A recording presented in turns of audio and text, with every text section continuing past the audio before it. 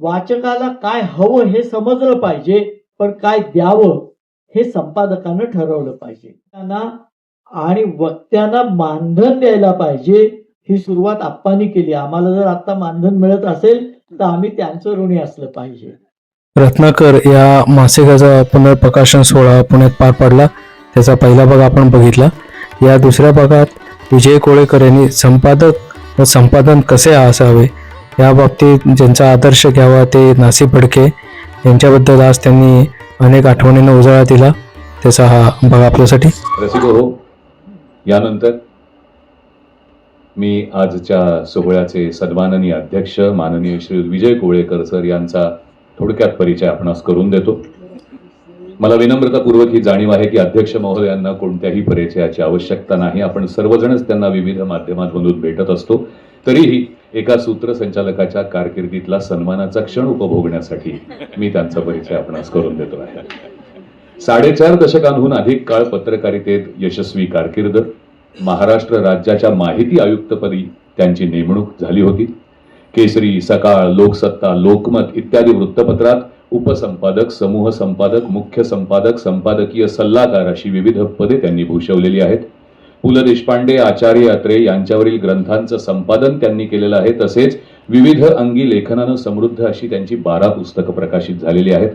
7च्या आत घरात, तू तिथे मी, आनंदाचं झाड इत्यादी अनेक मराठी चित्रपटांसाठी कधी संवाद, कधी पटकथा तर कधी गीतलेखन त्यांनी केलेलं आहे. विविध रंगमंचीय सादरीकरणांचे तसेच नाटकांचं लेखन त्यांनी केले. त्याचबरोबर अनेक दूरचित्रवाणी मालिकांचं संहिता लेखन त्यांचं आहे. शीर्षक गीतं त्यांची आहेत.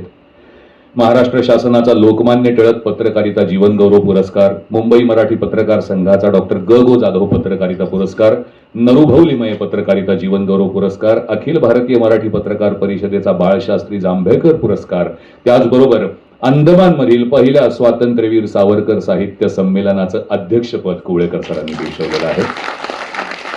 पण रसिको हो, खरा थोर तोच म्हणावा जो व्यक्तिगत उत्कर्ष साधता साधता समाजाचंही उन्नयन करत असतो. आपल्या प्रभावी आणि परखड पत्रकारितेच्या माध्यमातून गुटखा बंदीसाठी विजय कोळेकर सरांनी जी समाज जागृती घडवून आणली त्यामुळे समाज माध्यमांवरील गुटख्यांच्या जाहिराती संपूर्णपणे कायमच्या बंद झाल्या. मराठी साहित्यावरचे त्यांचे विचार हे नेहमीच आपल्याला प्रभावित करत असतात. आज रत्नाकरच्या निमित्ताने त्यांनी आपलं अध्यक्षीय मनोगत व्यक्त करावं अशी मी त्यांना आदरपूर्वक विनंती करतो. माननीय सुहास बहुळकर, मी बहुळकर असा उच्चार जाणीवपूर्वक केलेला आहे कारण ते स्वतःचं नाव बहुळकर असं लिहित नाहीत, बहुळकर असं लिहितात. गीतांजलीताई जोशी, अविनाशजी काळे, आता माझ्याबद्दल खूप चांगलं बोलण्याचा प्रयत्न केलेले अनिरुद्ध धडके, उपस्थित मान्यवर मित्र, रत्नाकर मासिकाची शताब्दी आणि त्या अनुषंगाने रत्नाकर फडक्यांचं संपादन एवढ्याच विषयात मी मर्यादित राहण्याचा प्रयत्न करणार आहे. 100 वर्ष झाली रत्नाकर मासिकाला आणि पहिल्या अंकाचं पुनःप्रकाशन आज झालं.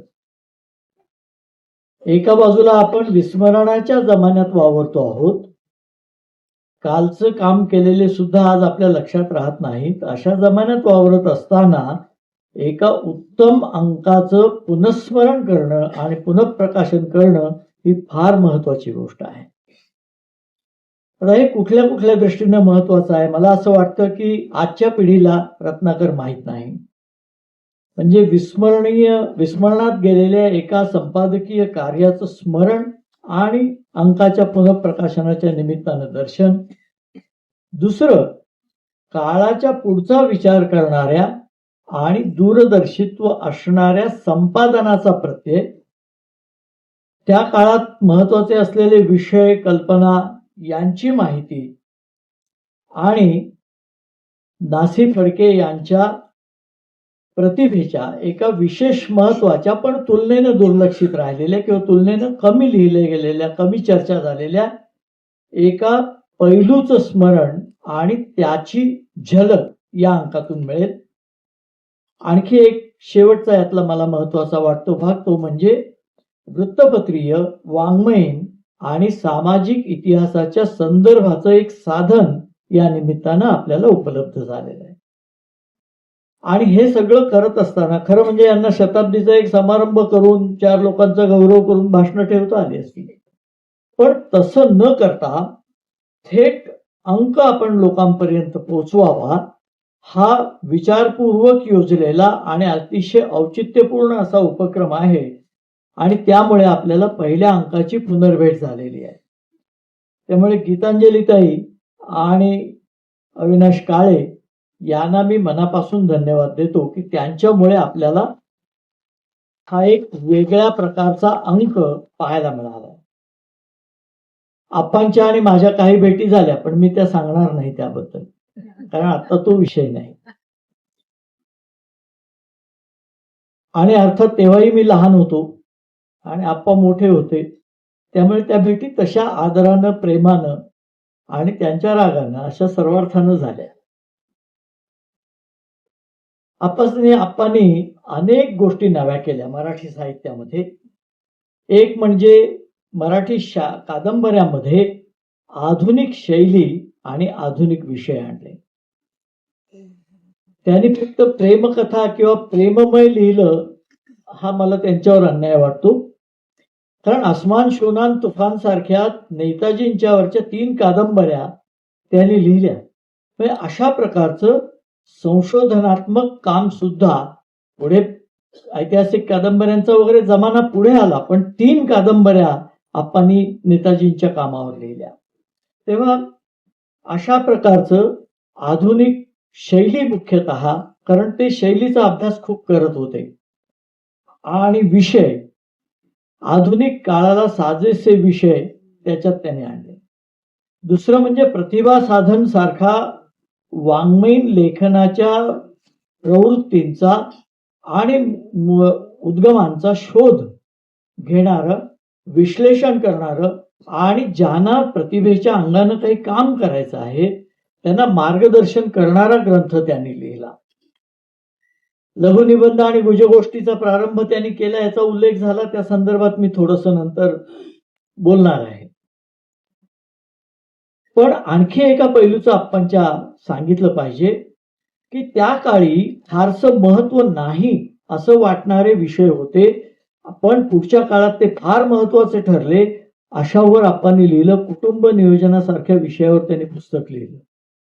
मानसिक आरोग्यावर पुस्तक लिहिले. हे विषय फार पुढे महत्वाचे ठरले त्या काळात. कुटुंब नियोजनाच्या संदर्भात तर त्यावेळेला परिस्थिती अशी होती की त्या पुस्तकामुळे त्यांची हिस्लॉप कॉलेजातली नोकरी गेली. कारण ते ख्रिश्चन धर्मीयांचं कॉलेज होतं. त्या प्राचार्यांनी म्हणजे आप्पांनी लिहिलंय की मी कायम होण्याची शक्यता निर्माण झाली होती, तशी मला सूचित केलं गेलं होतं. आणि 2-4 दिवसातच मला प्राचार्यांनी बोलावलं. आणि प्राचार्यांनी बोलावणं म्हणजे जायला सांगणं ही तिथली एक समीकरण होतं. त्यामुळे मी ओळखलं. तेव्हा प्राचार्यांनी मला विचारलं, हा ग्रंथ तुम्ही लिहिलाय का? मी हो म्हटलं. ते म्हणाले, असा ग्रंथ आम्हाला चालणार नाही, तर तुम्ही ह्याच्यावरचं काही तुम्ही यापासून फारकत घ्या. आप्पांच्या व्यक्तिमत्वाचा हा पैलू कधीच चर्चेला गेला नाही की ही जी तत्वनिष्ठा त्यांची होती, त्यांनी नोकरी सोडली पण लिखाणापासून फारकत घेतली नाही. हे मी आता यासाठी सांगतो की आम्ही जरासा विरोध झाला की लगेच माफी मागून मोकळे होतो. अशा पार्श्वभूमीवर हेही स्मरण ठेवायला काही हरकत नाही. आणि दुसरं म्हणजे इंग्लंड, अमेरिकेसारख्या देशांमधल्या नियतकालिकांमधून त्यांनी उत्तम इंग्रजी लेखन केलं.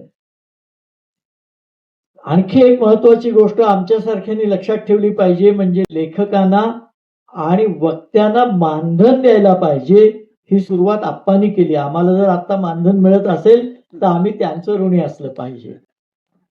तर त्यावेळेला चर्चा झाली याची की वक्त्यांना काय मानधन द्यायचं असतं का? आप्पासाहेब म्हणाले की मानधन दिल्याशिवाय येणार नाही. हा ठामपणा, याचं कारण याच्या 2-3 गोष्टी आहेत. एक, आपल्या वक्तृत्वावर विश्वास असावा लागतो, अभ्यासावर विश्वास असावा लागतो, व्यासंगावर विश्वास असावा लागतो, आणि श्रोत्यांना आपण काहीतरी देऊ याच्यावरही विश्वास असावा लागतो. आणि म्हणून आप्पांना मानधन दिलं गेलं. त्याच्यात एक गमतीची गोष्ट मला सहज आठवली. तुम्ही अनेक गोष्टी सांगितल्या म्हणून मला सहज आठवली आता. एक विनोद लिहिला गेला होता की एका संपादकानं आप्पासाहेबांना पत्र लिहिलं की तुमची कथा पाठवा, पण तुमच्या कथा काही विशेष नसतात. आता संपादक जुन्या काळातला, पुण्यातला, त्यामुळे पुण्यात त्याही काळात तरुण वयस्कर होते. तर आणि त्यानं लिहिलं की कथेचं काही महत्वाचं नाही, पण तुमचं नाव महत्वाचं आहे, त्यामुळे पाठवा. आप्पा भीतीनं कथा पाठवत असत. व्हीपी आता गोष्ट लोकांना फारशी माहिती नाही, पण ती व्हीपी सोडवून घ्यायला तुम्हाला पैसे भरायला लागायचे. तर आप्पा इतके खमके होते, त्याने एका मोठ्या कागदावर फक्त स्वतःचं नाव लिहून पाठवलं आणि कळवलं महत्वाचं आहे ते पाठवलं, त्याचं मानधन पाठवलं. आता हे कोण करू शकतो? ज्याला आपल्या कर्तृत्वावर प्रचंड विश्वास आहे, खात्री आहे, तोच माणूस अशा परखडपणाची चैन करू शकतो.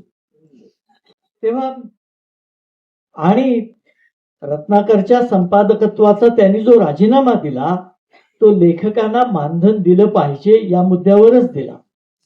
त्याचा तपशील आहे की, पण तो मी तपशील नंतर सांगतो किंवा सांगून टाकतो. आता 1 वर्ष झालं आणि बघा, संपादक व्यवसाय करणारा नसला पाहिजे, पण त्याला व्यवहाराचं भान पाहिजे. तर आप्पांनी रत्नाकरचे हिशेब फार बारकाईनं पाहत होते आणि पहिल्या वर्षानंतर जुलैच्या दरम्यान त्यांना असं लक्षात आलं की मासिकाला फायदा व्हायला लागलेला आहे. विचार करा, त्या काळात मासिकाला फायदा होणं आणि काही प्रायोजक नाही, काही नाही, तेव्हा प्रायोजकांचा काही प्रश्नच नव्हता. त्यात फायदा झाल्यावर आप्पांनी आग्रह धरला गोखल्यांकडे की लेखकांना मानधन दिलं पाहिजे. आणि बहुतेक मालकांना साधारणपणे लेखकांना काही देणं म्हणजे त्यांच्यावर काही विशेष मेहरबानी करणं असं वाटत असतं.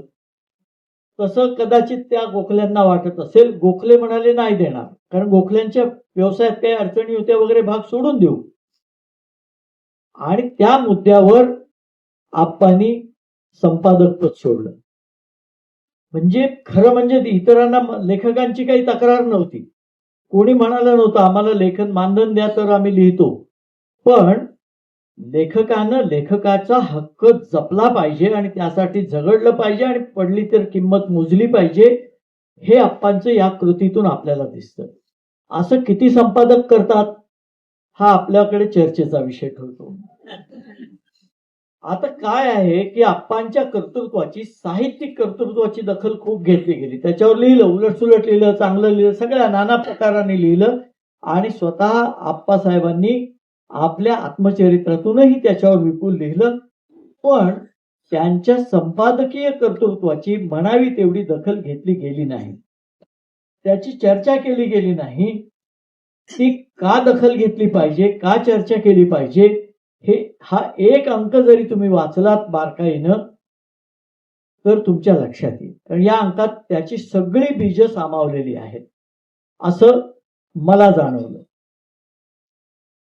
आता आप्पांनी संपादन केलं. आप्पा प्रतिभावंत होते आणि मी असं मानतो, संपादन करायचं म्हणजे चांगलं संपादन करायचं तर प्रतिभा आवश्यकच असते. प्रतिभेशिवाय चांगलं संपादन होऊ शकत नाही. संपादकाच्या आवडीचा आणि विशेष अभ्यासाचा असा एखादा विषय असू शकतो, पण संपादन करताना त्याला केवळ त्याचाच विचार करून किंवा तेवढ्याच विषयावर भर देऊन चालत नाही. कारण तो अंक काही स्वांतः सुखाय काढलेला नसतो, तो लोकांपर्यंत जाणार असतो. त्यामुळे लोकांच्या अपेक्षा आणि समग्र जीवनाचं भान त्याला असावं लागतं, सखोलता असावी लागते आणि त्याचबरोबर कल्पकताही असावी लागते. या कल्पकतेतून प्रयोगशीलता येते, उपक्रमशीलता येते. कदाचित चित्र देणं हा जसा चित्रकलेच्या त्यांच्या अभ्यासाचा, व्यासंगाचा, आवडीचा भाग होता, तसा प्रयोगशीलतेचाही एक मोठा भाग होता. आणि वाचकाला काय हवं हे समजलं पाहिजे, पण काय द्यावं हे संपादकानं ठरवलं पाहिजे. दोन्हीचा समन्वय त्याच्या मनात होतो. आणि याच बरोबर चाकोरी बाहेरचा विचार करण्याची क्षमता आणि दृष्टी दोन्ही असली पाहिजे. विषय एखादा साधा असतो अगदी. तुम्ही आता ऐकलं एक मैफल कशी लिहिता येते, म्हणजे मैफल तीच आहे, मालकंस तोच आहे. तर बघणारा वेगळा आहे, ऐकणारा वेगळा आहे आणि त्याची शब्दकळा वेगळी आहे. मग आपल्याला असा प्रत्यय आला की शब्दांनी साकार केलेला मालकंस आपण आपल्याला दिला. तेव्हा आणि याच बरोबर मी जुन्या संपादकांबद्दल म्हणतो आहे, विविधांगी आणि विपुल स्वराचं वाचन असलं पाहिजे असं त्यावेळेला मानलं जायचं. दुसरं, हे सगळं आप्पांच्या संपादनामध्ये अत्यंत परिपूर्णतेनं सामावलेलं होतं. हे या अंकात सुद्धा आपल्याला त्याचा प्रत्यय येईल.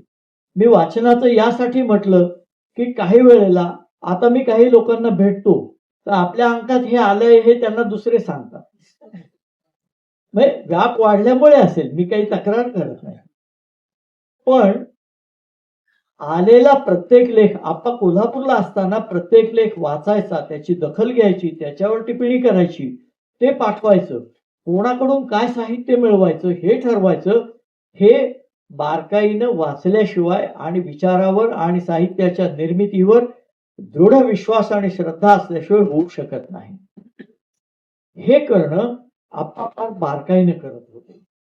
आणि हे सगळं ते का करत होते? आप्पांचं समाजभान हा आणखी एक विषय आहे की जो सातत्यानं तुलनेने दुर्लक्षित राहिलेला आहे. त्याचा परिणाम म्हणून कदाचित असेल, पत्रकारितेत त्यांना विशेष रस होता हे त्यांच्या आयुष्याकडे पाहिलं की आपल्याला दिसतं. अगदी कुमार वयामध्ये ते लोकमान्य टिळकांना भेटले होते आणि त्यावेळेला त्यांनी दादाभाई नवरोजींचं चरित्र लिहिलेलं होतं. आता मी आप्पांच्या बद्दल मी बऱ्यापैकी वाचलेलं आहे म्हणून मी सांगू शकतो, कारण ते टिळकांना भेटले आणि भीत त्यांनी टिळकांना विचारलं की मला तुमचंही चरित्र लिहायचं आहे. त्यांच्या मनात अशी भीती होती की टिळक म्हणणार काय नाही म्हणून. अहो टिळक हो म्हणाले, कारण तो सुद्धा महापुरुष असा होता की समोर आलेल्या माणसाची कुवत त्यांना कळत होती, ओळखायला वेगळा वेळ लागत नाही, लिहा म्हणून सांगितलं होतं. म्हणजे टिळकांचं चरित्र लिहावं ही प्रेरणा होती. 1920 मध्ये ते न्यू पुणा कॉलेजात, मला वाटतं आताच सप महाविद्यालय, म्हणजे ज्याला आपण SP कॉलेज असं मराठीत म्हणतो ते, तर प्राध्यापक होते आप्पा. गांधीजींची असहकाराची चळवळ सुरू झाली आणि या चळवळीत सहभागी होण्यासाठी त्यांनी राजीनामा दिला. प्राध्यापक देशात घडणाऱ्या चळवळीला असा प्रतिसाद द्यावा असा वाटतो असं 100 वर्षापूर्वी होता, ही किती चांगली गोष्ट होती. त्यानंतर ते केसरी मराठा संस्थेमध्ये मराठा जे इंग्रजी वृत्तपत्र होतं केसरीचं, त्याच्यात काम करायला लागले. 1925 साली मी मगाशी उल्लेख केल्याप्रमाणे हिस्लॉप कॉलेज मधल्या नोकरीचा त्यांना राजीनामा द्यावा लागला. त्यानंतर त्यांनी ऍडव्होकेट ऑफ इंडिया नावाच्या एका साप्ताहिकात आणि विनोद नावाच्या एका साप्ताहिकात उपसंपादक म्हणून काम केलं. 1940 ते 1950 अशी 10-11 वर्ष त्यांनी झंकार नावाचं साप्ताहिक चालवलं. हे अतिशय वैशिष्ट्यपूर्ण साप्ताहिक होतं. ज्या वाङ्मयीनवादांचा उल्लेख बोळकरांनी केला असे बरेचसे वाद याच्यात होते. पण इथे एक सांगितलं पाहिजे, संपादक जसा सखोल असावा लागतो तसा मानसिकदृष्ट्या विशाल मनाचाही असावा लागतो. उदार मतवाद इतरांना सांगून उपयोग नाही, तो त्याच्याही वर्तनात असावा लागतो. आप्पांचे आणि फडक्यांचे आणि खांडेकरांचे, अत्र्यांचे मतभेद आपल्याला माहित आहेत, पण असं असूनही त्यांचं साहित्य आप्पांनी सातत्यानं प्रकाशित केलेलं आहे आपल्या अंकापासून. हे महत्वाचं आहे की तुमच्या प्रतिभेची दखल मी बूज राखणार, विचाराला माझा विरोध आहे तो मी करणार, हे भान असणं ही फार अवघड गोष्ट आहे. आणि हे जे वाङ्मयीन वाद आहेत त्यातले, ते केवळ तात्कालिक वाद नाहीत, भूमिकांचे वाद आहेत. साहित्यासाठी कला की जीवनासाठी कला की कलेसाठी जीवन, कलेसाठी कला, अशा प्रकारचे अनेक वाद ज्याचं मूलभूत महत्व वैचारिक संदर्भात वाङ्मयीन संदर्भात आहे, अशा वाङ्मयीन भूमिका, विचारमंथन या दृष्टीनं मराठी साहित्याच्या इतिहासाचा मोलाचा ठेवा हे वाद म्हणजे आहेत. आणि यानंतर 1951 साली अंजली हे षण्मासिक त्यांनी सुरू केलं. या माणसाची कार्यनिष्ठा केवढी प्रखर होती. अंजली हे जवळजवळ 1978 पर्यंत म्हणजे 27 वर्ष त्यांनी अखंडपणानं चालवलं. कधीही त्यात खंड पडू दिला नाही. आणि कार्यनिष्ठा मी ज्याचा उल्लेख केला, या मासिकाचा, या षण्मासिकाचा ललित साहित्याच्या समृद्धीमध्ये फार मोठा वाटा आहे. कादंबऱ्या असोत, कथा असोत, त्या तपशिलात आता मी जात नाही. पण 22 ऑक्टोबर 1978 या दिवशी अंजलीच्या दिवाळी अंकाची मुद्रित त्यांनी तपासली आणि त्यानंतर काही वेळातच त्यांचं निधन झालं. म्हणजे अखेरच्या श्वासापर्यंत हा माणूस संपादनाचं काम करत होता. इतकं संपादन असलेला असे हे आप्पा 4 जानेवारी 1926 ला रत्नाकरचा पहिला अंक प्रकाशित झाला. या अंकामध्ये जर आपण पाहिलं तर आपल्या लक्षात येईल, आधुनिक काळामध्ये जशी जशी संपादनाचे विषय वाढत गेले, प्रगती होत गेली, तशी जी कार्यसूत्र प्रभावी ठरली त्या कार्यसूत्रांचा प्रारंभ आपल्याला रत्नाकर मध्ये दिसतो. एक तर हा आकस्मिक रत्नाकर काढावा आकस्मिकपणानं सुचलेला विचार नव्हता. नासी फडके आणि त्यांचे मित्र हरी सखाराम गोखले, मला वाटतं तेही आप्पाच होते.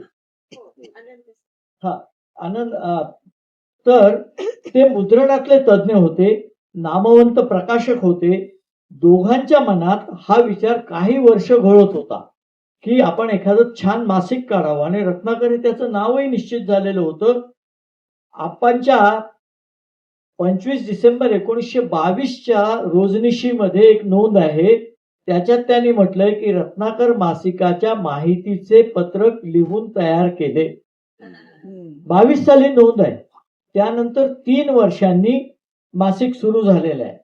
आता हे मासिक सुरू झाल्यानंतर त्याच्यात भूमिका काय, तर त्यांनी आपल्या आत्मचरित्रात म्हटलंय की रत्नाकर मासिकाची योजना करताना त्याचं जे स्वरूप आम्ही ठरवलं ते तोपर्यंत होऊन गेलेल्या सर्व मराठी मासिकांहून वेगळ्या प्रकारचं होतं. उच्च प्रतीचं कथावाङ्मय पुरवणारं, वाचकांची बहुश्रुतता व विचार क्षमता वाढेल अशा प्रकारचं ज्ञानसंवर्धक साहित्य सादर करणारं आणि संगीत, नृत्य, चित्र इत्यादी सर्व कलांविषयी वाचकांच्या ठिकाणी उच्च अभिरुची निर्माण करणारं मासिक काढण्याची आमची इच्छा होती. हे जर तुम्ही बघितलं तर संपादकीय दृष्टिकोन एवढा व्यापक होता आणि जीवनाचे सर्व पैलू त्यात समाविष्ट करण्याची त्यांची भूमिका कशी होती हे आपल्याला दिसतं. त्याचं प्रतिबिंब रत्नाकरच्या पहिल्या अंकातही दिसेल. आता हे झालं संपादनाच्या अंगानं. मार्केटिंगचा सुद्धा आधुनिक काळात आलेल्या प्रवाहाचा विचार तेव्हा त्यांनी कसा केला असेल, तर जून जुलै 1925 मध्ये पहिल्या अंकाची तयारी सुरू झाली. पण आपल्या मनात जे अंकाचं स्वरूप आहे ते लोकांना आवडेल की नाही याची चाचपणी करणं त्यांना आवश्यक वाटलं. मग त्याने उपाय काय काढला दोघांनी, या गोखले आणि फडक्यांनी, की आपण दिवाळीच्या सुमाराला नमुना अंक प्रकाशित करूया आणि त्याच्या प्रतिक्रिया काय येतात हे पाहूया. तो ऑक्टोबर 1925 मध्ये त्यांनी नमुना अंक प्रकाशित केला. या रत्नाकरच्या प्रास्ताविकात त्यांनी लिहिलंय की त्याची सर्वत्र प्रशंसा झाली आणि खपही चांगला झाला. आता हे ठीक आहे. पुढचं पुण्यातली प्रतिक्रिया, नमुना अंक उत्कृष्ट आहे पण उत्कृष्टतेची परंपरा सारखी टिकेल तेव्हा खरी.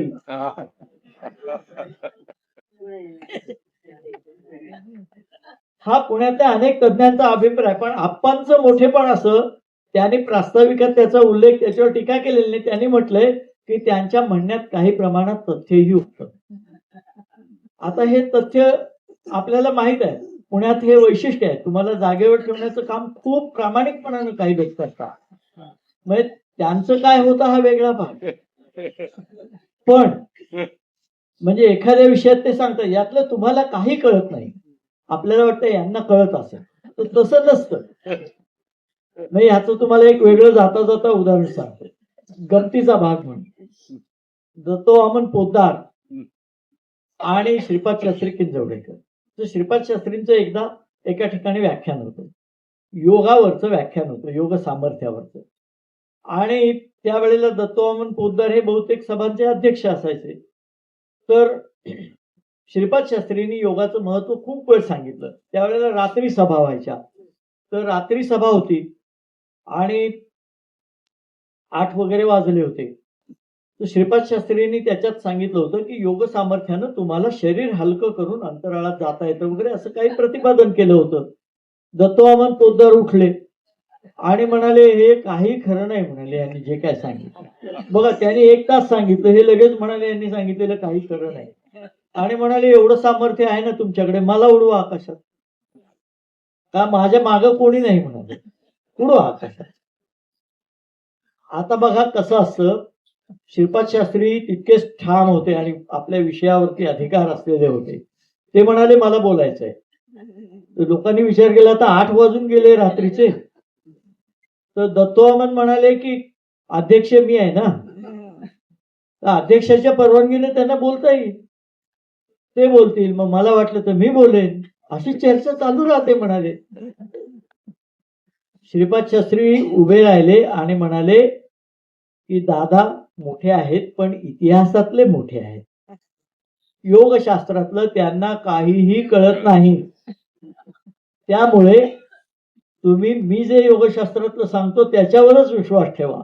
आणि त्याने एक 5 मिनिटं प्रतिपादन केलं. दत्तवामन उभे राहिले. लोकांना वाटलं आता आणि काय, कारण ते म्हणाले होते आधी वाटलं तर मी बोलेन, मग ते बोलतील, मग असं. दत्तवामन काय, खऱ्या मोठ्या माणसांचा पारदर्शकपणा आणि निर्मळपणा काय असतो.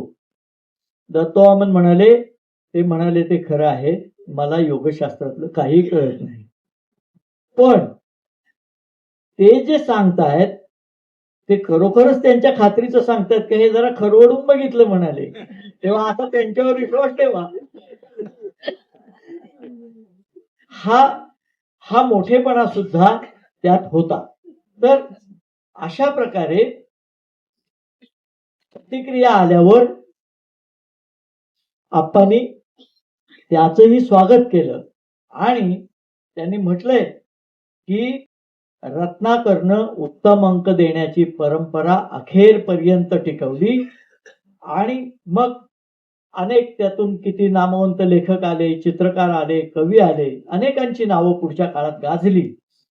पण अशी परंपरा निर्माण करणं आणि ती टिकवणं ही सोपी गोष्ट नाही. 1 अंक चांगला काढता येतो, पण दरवेळेला चांगला अंक काढणं ही सोपी गोष्ट नाही. मी नेहमी म्हणत असे की दैनिकाचा रोज चांगला अंक काढणं ही रोजची परीक्षा आहे आणि रोज परीक्षेला बसावं लागतं आणि रोज पहिल्या क्रमांकानं उत्तीर्ण होण्याची पराकाष्ठा करावी लागते. तसंच उत्तम मासिक काढणं ही सोपी गोष्ट नाही. त्यांनी ते काढलं आणि उत्तम दर्जा शेवटपर्यंत राखला. आता त्याच्यात मगाशी सांगितलं गेलं की आर्थिक भांडवल गोखल्यांचं आणि लेखन संपादन हे फडक्यांचं भांडवल, असा तो संयोग होता. पण इथे फडक्यांचं वैशिष्ट्य आहे, हे काम त्यांनी विनामूल्य करायचं ठरवलेलं, त्याचं मूल्य नाही घेतलं. मग एका बाजूला पहा, जे आप्पा लेखनाच्या मानधनाबद्दल किंवा वक्तृत्वाच्या मानधनाबद्दल आग्रही असतात, ते या कामामध्ये आपलं विनामूल्य मदत करतात. आणि इतकंच नव्हे तर जादूगार, दौलत या कादंबऱ्या क्रमशः त्या अंकामध्ये प्रसिद्ध झाल्या आणि विपुल लेखन इतर केलं. पण संपादनाप्रमाणेच या लेखनाचा सुद्धा मानधना आत्ताचा शब्द आहे, तेव्हाचा शब्द मोबदला असा वापरलाय फडक्यांनी. फडक्यांनी मोबदला घेतला नाही त्याचा. तर हे महत्वाचं आहे. आता हे मासिक, मी शेवटचा एक मुद्दा थोडासा मांडतो आणि थांबणार, कारण कितीही वेळ मी ते बारकाईने वाचलंय सगळं, त्यामुळे कितीही वेळ मी बोलू शकेन, पण बोलू नये किती वेळ हे मला माहित आहे. हे मासिक केवळ वाङ्मयीन विषयाचं नव्हतं. मगाशी मी जीवनाच्या समग्रपणाचा उल्लेख केला. हा समग्रपणाचा विचार फडक्यांच्या संपादनात 100 वर्षांपूर्वी दिसून येतो हे फार महत्वाचं आहे. मराठी वाचकांचं लक्ष क्रिकेट, हॉकी इत्यादी खेळांकडे का वेधू नये असं मला वाटेल. मुंबईस प्रतिवर्षी होणाऱ्या क्रिकेटच्या सामन्यांप्रमाणेच प्रतिवर्षीच्या चित्रकला प्रदर्शनातही मराठी वाचकांनी लक्ष घातलं पाहिजे असं माझ्या मनात येईल. संगीत, नृत्य इत्यादी कला व त्या त्या प्रांतातील नामांकित कलावंत यांचा परिचय मराठी वाचकांना सुंदर सुंदर लेखांच्या द्वारे का करून देऊ नये असं मला वाटेल. इतकंच काय, गुजगोष्टी हा वाङ्मय प्रकार मराठीत रूढ करावा असं मला वाटलं, तेही नाविन्याच्या या हौसेमुळेच, असं त्यांनी म्हटलंय. आता ही कशी हौस होती पहा. बेळगावच्या 2 नर्तिका कोल्हापूरला आल्या होत्या आणि त्यांचं नृत्य आप्पासाहेबांनी पाहिलं. आपण अतिशय आवडलं त्यांना. आता काही लोक म्हणाले तुम्ही ह्यांच्या नृत्याला जाणार, पण हे असले बंध ते मानणारे नव्हते. आणि काय संपादकाची कल्पना असेल पहा. त्यांना वाटलं की या नृत्याचा अनुभव तर समोरच्या वाचकाला आपल्या दिला पाहिजे आणि तो तितक्याच उत्तम तरलतेनं दिला पाहिजे.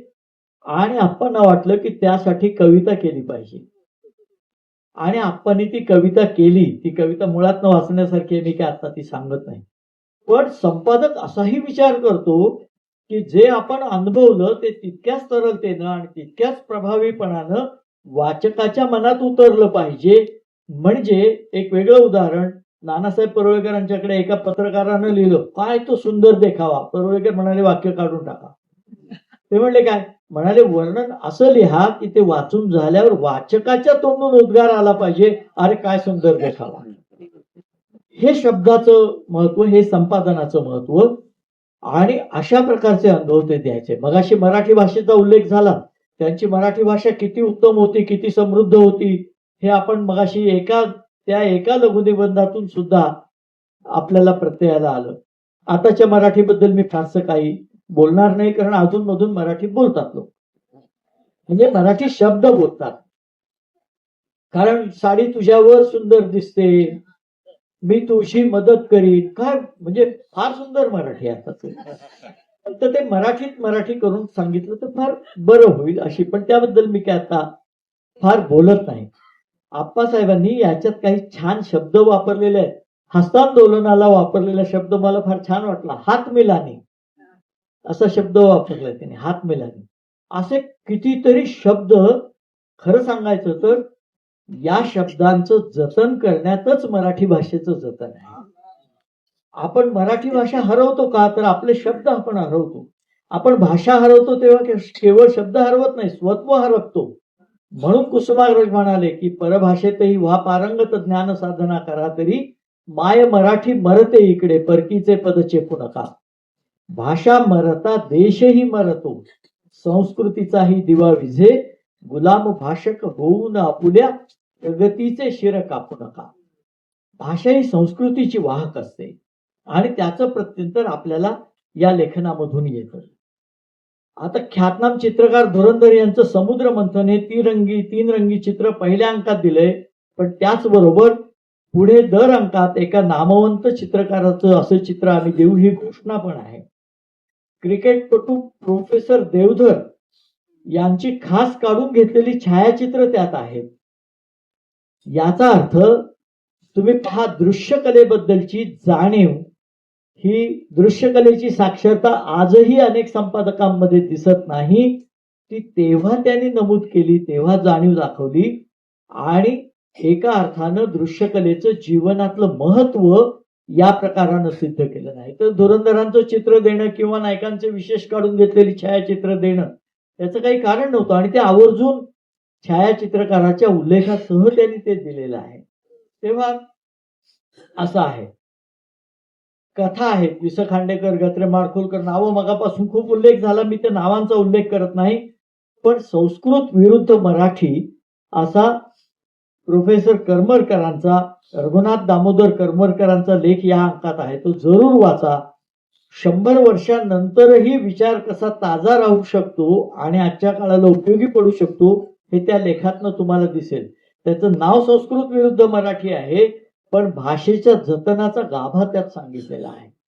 अशा प्रकारचे अनेक लेख, भागवत धर्म आहे, पुस्तक परीक्षण आहेत, आलेल्या पुस्तकांची पोच आहे आणि ती पोच सुद्धा कशा प्रकारची आहे याचा एक छोटासा नमुना सांगतो. किर्लोस्कर खबरच्या दिवाळी अंकाची पोच दिलेली आहे. छोटा अभिप्राय काय म्हटलंय, यातील टपालातून कळलेले रहस्य ही गोष्टच काय ती वाचनीय आहे.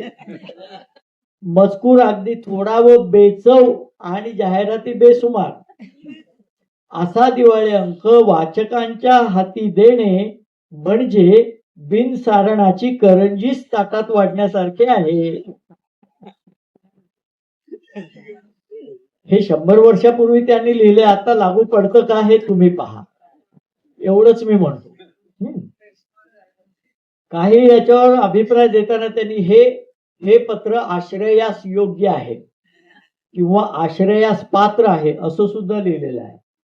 म्हणजे चांगलं आहे ते कोणाचंही असलं, दुसरं मासिक असलं ते आपला स्पर्धक आहे असा न विचार करता ते चांगलं असेल तर त्याला आश्रय द्या असं वाचकाला आवाहन करणं ही संपादकीय दृष्टी सुद्धा आज अनुकरणीय आहे.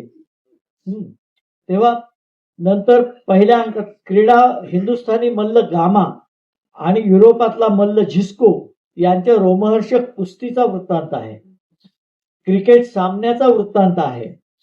आणि आपण आत्मचरित्रात असं याचे उल्लेख करून लिहिलंय की अशा अपूर्व प्रक्षोभक उत्सव प्रसंगावर लेख लिहावयाचे नाहीत तर हातात लेखणी धरायची कशाला. याच्यात त्यांची दृष्टी दिसते की काय दिलं पाहिजे आणि काय सांगितलं पाहिजे, कशाला उचलून धरलं पाहिजे हे महत्वाचं आहे. आणखी एक उल्लेख, वाचकांचा सहभाग हे अलीकडच्या काळामध्ये फार वैशिष्ट्य म्हणून जो तो सांगतो की आम्ही वाचकांचा सहभाग घेतो, प्रेक्षकांचा सहभाग घेतो. त्यावेळेला सिटीजन जर्नलिस्ट वगैरे वगैरे असे अनेक शब्द, आता काय आहे, शब्द मोठे वापरले जातात, आशय काय असतो आणि किती असतो याच्यात आपल्याला शोधावं लागतं. पण गेल्या 30-40 वर्षात हा सहभाग फार महत्वाचा म्हणून सांगितला जातो. रत्नाकरच्या पहिल्या अंकापासून असा सहभाग घेतलेला आहे. त्यांनी म्हटलंय की काही दिवसांपूर्वी आम्ही एक वाङ्मयीन प्रश्न तुम्हाला पाठवला होता, त्याच्यावर अनेकांची मतं आलेली आहेत, ती आम्ही पुढच्या अंकात प्रकाशित करणार आहोत. म्हणजे हा सहभाग घेण्याची कल्पना, मी यासाठी या सगळ्या गोष्टींचा उल्लेख करतो आहे की संपादनात आज जे महत्वाचं मानलं जातंय ते 100 वर्षांपूर्वी त्यांनी अंमलात आणलं होतं. म्हणजे काय कल्पकता असेल, काय झेप असेल ह्याचा विचार आपण केला पाहिजे आणि काळाच्या पलीकडे जाऊन विचार करणं. तर गुजगोष्टी हा लघुनिबंध प्रकार, वाङ्मय प्रकार मराठीत फडक्यांनी सुरू केला, पण इथेही परत त्यांचं वैशिष्ट्य मला आजच्या संदर्भात सांगितलं पाहिजे. आज काय होतं, आम्ही इंग्रजीतल्या लेखाचं भाषांतर करतो, ते आमच्या नावावर छापतो आणि मूळ लेखकाचं नाव द्यायला विसरतो. अशी उदाहरणं आम्हाला दिसतात. पण आपण म्हटलंय की इंग्रजीतल्या अनेक साहित्यिकांचं मी या प्रकारचं लेखन वाचलं आणि त्यातून मला प्रेरणा मिळाली की अशा प्रकारचा वाङ्मय प्रकार मराठीत आणला पाहिजे. त्यातही रिचर्ड किंग या लेखकाच्या लेखनाच्या धर्तीवर आपण गुजगोष्टी हा प्रयोग सुरू केला असं श्रेय द्यायला ते विसरलेले नाही. म्हणजे ज्याचं श्रेय त्याला दिलं पाहिजे हे सुद्धा संपादकापाशी असलं पाहिजे वैशिष्ट्य आणि मूल्य, याचाही तिथे आपल्याला दिसतो. 1925 मध्ये, नोव्हेंबर 1925 मध्ये सुहास्य ही पहिली गुजगोष्ट त्यांनी लिहिली, ती रत्नाकरच्या पहिल्या अंकात आपल्याला आलेली दिसते आणि ती आप्पांच्या प्रकृतीला साजेशी गुजगोष्ट आहे. त्याच्यात त्यांनी हसऱ्या वृत्तीचं, हसऱ्या चेहऱ्याचं, हसण्याचं महत्व सांगितलेलं आहे की प्रसन्न राहा, हसरे राहा, दुर्मुखलेल्या चेहऱ्यानं राहू नका, हा त्यातला संदेश आहे. अशा प्रकारचे प्रयोग, विविधता, सखोलता आणि त्यासाठीचे परिश्रम हे खरोखरच चकित करणारं संपादन आहे. 100 वर्षांपूर्वी त्यांनी केलेलं हे संपादकीय काम मला असं वाटतं की आजही प्रेरक आहे, मार्गदर्शक आहे. बोळकरांनी केलेल्या सूचनेला मी पूर्ण अनुमोदन देईन की निवडक रत्नाकर जरूर करावं आणि अविनाश काळे काही नाही म्हणणार नाही. ते हो म्हणतील, बोरकर आणि मी भाषण करायला येऊ, आणि लोक विकत घेतील, निश्चित विकत घेतील. कारण कधी कधी आपल्या पूर्वजांचं उत्तम काम आपल्याला माहित नसलं तर ते कुणीतरी सांगावं लागतं. पण सांगितल्यानंतर दाद देणारे लोक आजही या समाजात आहेत, तेव्हा ते आपण जरूर करावं. आणि संपादनातली आधुनिक काळातली सर्व सूत्र बीज रूपानं आपल्याला या अंकात आढळतात. लेखक देह रूपाने गेल्यानंतर आपण म्हणतो की तो कार्य रूपानं राहतो, तसा संपादक सुद्धा अशा सूत्रांनी, मूलभूत सूत्रांनी काळावर मात करून टिकू शकतो, याची ही साक्ष आहे. आणि तो आपल्या कल्पकतेनं, मूलभूत बैठकीनं आणि प्रतिभापूर्ण कार्यानं वर्षानुवर्ष ओलांडली तरी कसा काल सुसंगत राहू शकतो ते आपल्याला यातून दिसतं. मला असं वाटतं की याच बरोबर जसं निवडक रत्नाकर करावं, तसंच फडक्यांच्या संपादन कार्याचा अधिक सखोल अभ्यास करून त्यातलं झंकार असेल किंवा रत्नाकर असेल, अंजली असेल, याच्या कामाचं वृत्तपत्रीय क्षेत्रात, संपादन क्षेत्रात, साहित्याच्या क्षेत्रात त्याचं काम काय, त्याचा वाटा काय, हे आपल्याला अभ्यासपूर्वक मांडता आलं पाहिजे.